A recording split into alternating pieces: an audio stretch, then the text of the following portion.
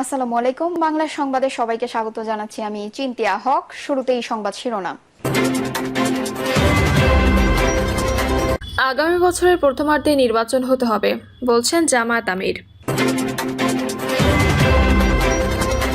এদিকে অন্তর্বর্তী সরকারের ভেতরেও আরেকটা সরকার আছে বলছেন দেবপ্রিয় ভট্টাচার্য।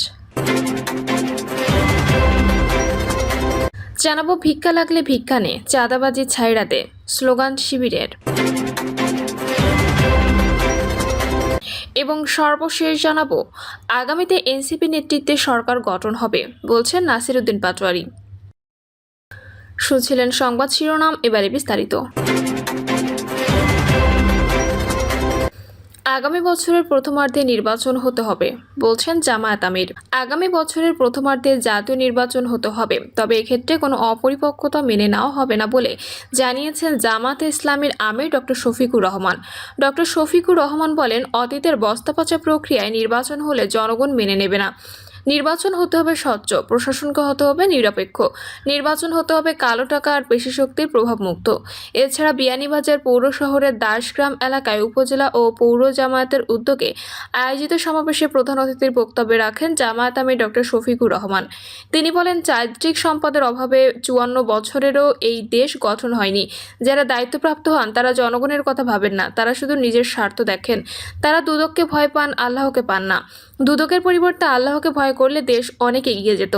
আওয়ামী লীগ আমলে অবৈধভাবে দেশের বিপুল অর্থ পাচার নিয়ে জামায়াত আমির বলেন, এই পাচার হওয়া টাকা দেশে থাকলে দেশে আর কোনো আর্থিক সংকট থাকতো না। দুর্নীতির বহু রূপ আছে উল্লেখ করে জামায়াত আমির বলেন, সবচেয়ে ভয়াবহ হচ্ছে বুদ্ধিবৃত্তিক দুর্নীতি। জামায়াতের নেতৃত্বে মানবিক, দুর্নীতিমুক্ত ও ইনসাফের দেশ হবে বাংলাদেশ। ডক্টর শফিকুর রহমান বলেন, ফ্যাসিবাদ বিরোধী বিপ্লবের ক্রেডিট এককভাবে কারো নয়। এই বিপ্লবের নির্দিষ্ট কোনো মাস্টারমাইন্ড নেই, সবাই এর অংশীদার। সবাই মিলেই একটি সুখী সমৃদ্ধ দেশ হবে বাংলাদেশ। অন্তর্বর্তী সরকারের ভেতরেও আরেকটা সরকার আছে বলছেন দেবপ্রিয় ভট্টাচার্য। বর্তমান অন্তর্বর্তী সরকারের ভেতরেও আরেকটা সরকার আছে বলে মন্তব্য করেছেন বেসরকারি গবেষণা সংস্থা সেন্টার ফর পলিসি ডায়ালগের সম্মাননীয় ফেলো দেবপ্রিয় ভট্টাচার্য। দেবপ্রিয় ভট্টাচার্য বলেছেন, এখন সরকারের নিরপেক্ষতার প্রশ্নটা বিশেষ করে দলীয় নিরপেক্ষতার দৃষ্টিভঙ্গি থেকে গুরুত্বপূর্ণ হয়েছে, কারণ এখন মোটামুটি পরিষ্কার হয়েছে যে আমরা সরকার বলতে যাদের দেখি আনুষ্ঠানিকভাবে আসলে তার ভেতরেও আরেকটা সরকার আছে।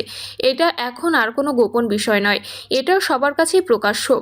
এখন সরকারের নিরপেক্ষতা পুনঃপ্রমাণ করা কাদম্বরীকেই করিতে হইবে। আজ বেলা 11:30টার দিকে রাজধানীর কারওয়ান বাজারে প্রথম আলো কার্যালয়ে এক গোলটেবিল বৈঠকে দেবপ্রিয় ভট্টাচার্য যে কথা বলেন। জুলাই গণঅভ্যুত্থান 1 বছরের অভিজ্ঞতা ও ভবিষ্যৎ শীর্ষক এই গোলটেবিল আয়োজন করেছে প্রথম আলো। গোলটেবিল বৈঠকের শুরুতে রাজধানীর Uttara milestone school and college ভবনে যুদ্ধবিমান বিধ্বস্তে হতাহতের ঘটনায় শোক জানানো হয়। সবাই 1 মিনিট দাঁড়িয়ে নীরবতা পালন করেন। গোলটেবিল বৈঠকের শুরুতে রাজধানীর উত্তরায় মাইলস্টোন স্কুল অ্যান্ড কলেজ ভবনে যুদ্ধবিমান বিধ্বস্তে হতাহতের ঘটনায় শোক জানানো হয়। সবাই দাঁড়িয়ে 1 মিনিট নীরবতা পালন করেন। গোলটেবিল বৈঠকে দেবপ্রিয় ভট্টাচার্য বলেন, বৈষম্য বিরোধী চেতনায় আমরা নতুন সরকার আনলাম, কিন্তু বৈষম্য বিরোধী চেতনাকে তার অর্থনৈতিক ব্যবস্থাপনায় ও সংস্কার প্রক্রিয়ায় প্রতিফলন করতে পারল না। সরকারের কোনো নৈতিক অবস্থান পরিষ্কার করা নেই।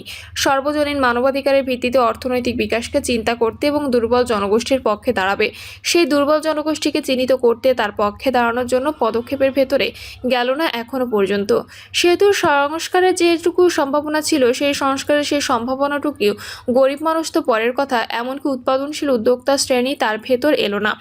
দেবপ্রিয় ভট্টাচার্য বলেন, দুটি মৌলিক প্রশ্ন এখন সামনে এসেছে। একটি হলো অন্তর্বর্তী সরকার, অর্থাৎ তার শুরুও আছে এবং একটা সুনির্দিষ্ট সীমিত সময়ের পরে তার শেষও আছে। এই জিনিসটাকে সামনে নিয়ে আসা এখন সময় হয়েছে যে এটা একটা অন্তর্বর্তীকালীন অনন্তকালীন সরকার নয়, এটা অন্তর্বর্তীকালীন সরকার। তাহলে অন্তর্বর্তীকালীন সরকার যদি হয়, তাহলে প্রথমে এখন যে দুটি প্রশ্ন সবাইকে বিচলিত করছে, অন্তত আমাকে করে। 1 নম্বর প্রশ্ন হলো সরকারের নিরপেক্ষতা। অন্তর্বর্তী সরকারের নিরপেক্ষতা এখন একটি বড় বিষয় হিসেবে সামনে এসেছে। একটা সরকারের নিরপেক্ষতা বললে তার মৌল আদর্শগত নিরপেক্ষতার কথা বলা হয় না, কারণ সে পিছিয়ে পড়া মানুষের পক্ষে থাকবে এবং এটার একটা সংকট সৃষ্টি হয়েছে। যেহেতু দুর্বল জনগোষ্ঠীরা আরও বেশি দুর্বল বোধ করছে, অনেক বেশি বিপন্ন বোধ করছে। একটা স্বৈরাচারী সরকারের আমলে যেরকমভাবে তাদের প্রতি অত্যাচার বা তাদের প্রান্তিকীকরণ হয়েছে, ঠিক একই রকমভাবে নারী, ধর্মীয় সংখ্যালঘু, জাতিগত সংখ্যালঘু, লিঙ্গ বৈচিত্র্যের কথা তো বলাই যাচ্ছে না, এটা আরেক সমস্যা হয়ে গেছে।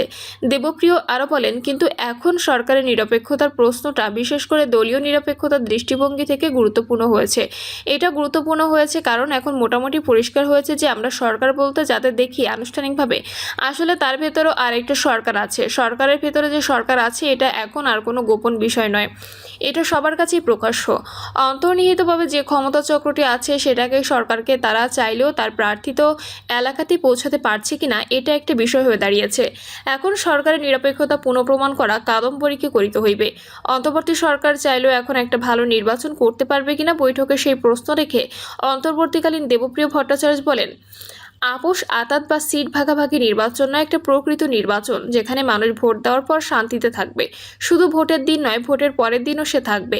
সেহেতু দ্বিতীয় প্রশ্নটা দাঁড়িয়েছে এটা, এবং এই প্রশ্নটা গুরুত্বপূর্ণ হয়ে উঠেছে। এই নির্বাচন করতে হলে অবশ্যই শান্তি, শৃঙ্খলা ও নিরাপত্তার বিষয়টি গুরুত্বপূর্ণ। আমরা খুব ভালো বুঝছি যে প্রশাসনিক ক্ষমতা ও প্রচলিত আইন শৃঙ্খলা রক্ষাকারী বাহিনী দিয়ে এটা করা সম্ভব নয়। সেনাবাহিনীর বৃহত্তর অংশগ্রহণ ব্যতি রেখে এটা করা সম্ভব নয়। আমি সাধারণভাবে বুঝি যে 3-4 মাসের জন্য তাদের মাঠে থাকতে হবে এবং তারা আসার পরেই প্রথমে অস্ত্র উদ্ধারের কাজটা করতে হবে।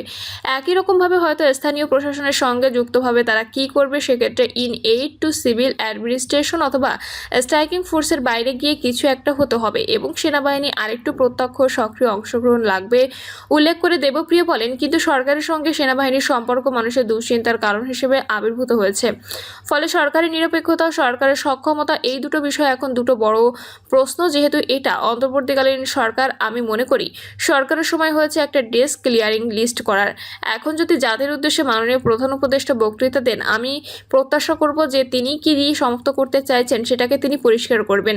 যেসব সংস্কারের উদ্যোগ নিয়েছিলেন সেগুলো কোথায় কোথায় তিনি শেষ করবেন, কোথায় কোথায় অংশগ্রহণ করবেন। দেবপ্রিয় ভট্টাচার্য আরও বলেছেন, সংস্কার একটা অব্যাহত প্রক্রিয়া। রাজনৈতিক নেতাদের এখন নির্বাচনের ইস্তেহার দিতে হবে। ওই ইস্তেহারে আমাদের নাগরিক সমাজ, গণমাধ্যম ও উদ্যোক্তাদের পক্ষ থেকে আলোচনা বা আন্দোলন দরকার হলে তা করা দরকার। দেশ থাকবে, জনগণ থাকবে, সরকার আসবে যাবে, এই চিন্তাটা মাথায় রেখে জাতি গঠনের এই অবস্থান থেকে ওই উত্তরণের জায়গাটাতে পৌঁছাতে হবে। এখন গত বছরের মূল্যায়নের চেয়ে আমি আগামী 1 বছরের এই নিষ্ক্রমণ পদ্ধতিটা কী হবে বা এক্সিট পলিসিটা কী হবে, সেটার জন্য কি কি প্রয়োজন পড়বে সেগুলোর উপর গুরুত্ব দেওয়ায় আমি প্রয়োজন বোধ করছি। ভিক্ষা লাগলে ভিক্ষা নে, চাঁদাবাজি ছাইড়া দে, স্লোগান শিবিরের। চাঁদাবাজি, সন্ত্রাস, নৈরাজ্য, শিক্ষার্থীদের উপর হামলার প্রতিবাদে বিক্ষোভ মিছিলের আয়োজন করে চট্টগ্রাম মহানগর উত্তর শাখা ছাত্র শিবির। বিক্ষোভ মিছিল থেকে তারা ভিক্ষা লাগলে ভিক্ষা নে, চাঁদাবাজি ছাইড়া দে সহ নানান স্লোগান দেন। তানজির হোসেন জুয়েল বলেন, বিগত সময়ে ফ্যাসিবাদীরা যে স্লোগান দিয়েছিলেন, গতকাল ছাত্রদল একই স্লোগান দিয়ে নব্য ফ্যাসিবাদের পরিচয় দিয়েছে। সারা দেশে চাঁদাবাজি করে ব্যবসায়ী ভাইদের বিরক্ত করে তুলেছে। ছাত্রদলের ব্যানারে যারা জামাত, শিবির, রাজাকার এই মুহূর্তে বাংলা ছাড় স্লোগান দিয়েছিল তাদের হুঁশিয়ার করে তিনি আরও বলেন, কিছুদিন আগেও যারা আমাদের বাংলা ছাড়া করার ঘোষণা দিয়েছিল তারাই আজ বাংলাদেশ ছেড়ে দিল্লি গিয়ে বসে আছে। এভাবে নৈরাজ্য, সন্ত্রাসী কর্মকাণ্ড চলতে থাকলে ছাত্রলীগ, আওয়ামী লীগের চেয়ে কঠিন পরিণতি ভোগ করতে হবে। দক্ষিণের সভাপতি ইব্রাহিম হোসেন রনি বলেন, জুলাই বিপ্লব শুধুমাত্র 36 দিনের জুলুম নির্যাতনের কারণে ফ্যাসিবাদের বিরুদ্ধে আন্দোলন হয়নি, বরং বিগত 17 বছরের নিষিদ্ধ ছাত্রলীগের চাঁদাবাজি, টেন্ডারবাজি ও নির্যাতনে অতিষ্ঠ হয়ে ছাত্র জনতা একটি সর্বাত্মক আন্দোলন গড়ে তুলেছিল। বীর চট্টলা ইসলামী আন্দোলনের শিকড় অনেক গভীরে। ছাত্র শিবিরকে টার্গেট করলে তোমাদেরকে কঠিন পরিণতির জন্য অপেক্ষা করতে হবে। চাঁদাবাজি রুখতে ছাত্র জনতা, ব্যবসায়ী, দোকানি সবাইকে ঐক্যবদ্ধ হয়ে কাজ করার আহ্বান জানিয়ে সমাবেশ শেষ হয়। এতে আরও উপস্থিত ছিলেন ছাত্র শিবির চট্টগ্রাম মহানগর উত্তরের সাংগঠনিক সম্পাদক খুররাম মুরাদ, অর্থ সম্পাদক গোলাম আজম, অফিস সম্পাদক আরফাত হোসেন, প্রচার সম্পাদক সিরাজি মানিক প্রমুখ। এ সময় নেতাকর্মীরা নারায়ে তাকবীর, আল্লাহ আকবার, ভিক্ষা লাগলে ভিক্ষা নিয়ে, চাঁদাবাজি ছাইড়া দে, চাঁদাবাজের ঠিকানা বীর চট্টলায় হবে না, আমার সোনার বাংলায়, চাঁদাবাজের ঠাঁই নেই সহ নানান স্লোগান দেন। প্রিয় দর্শক, এই ছিল এখনকার সর্বশেষ সংবাদ। আপডেট সব সংবাদ পেতে চ্যানেলটি সাবস্ক্রাইব করে বেল আইকনটি ক্লিক করে রাখুন।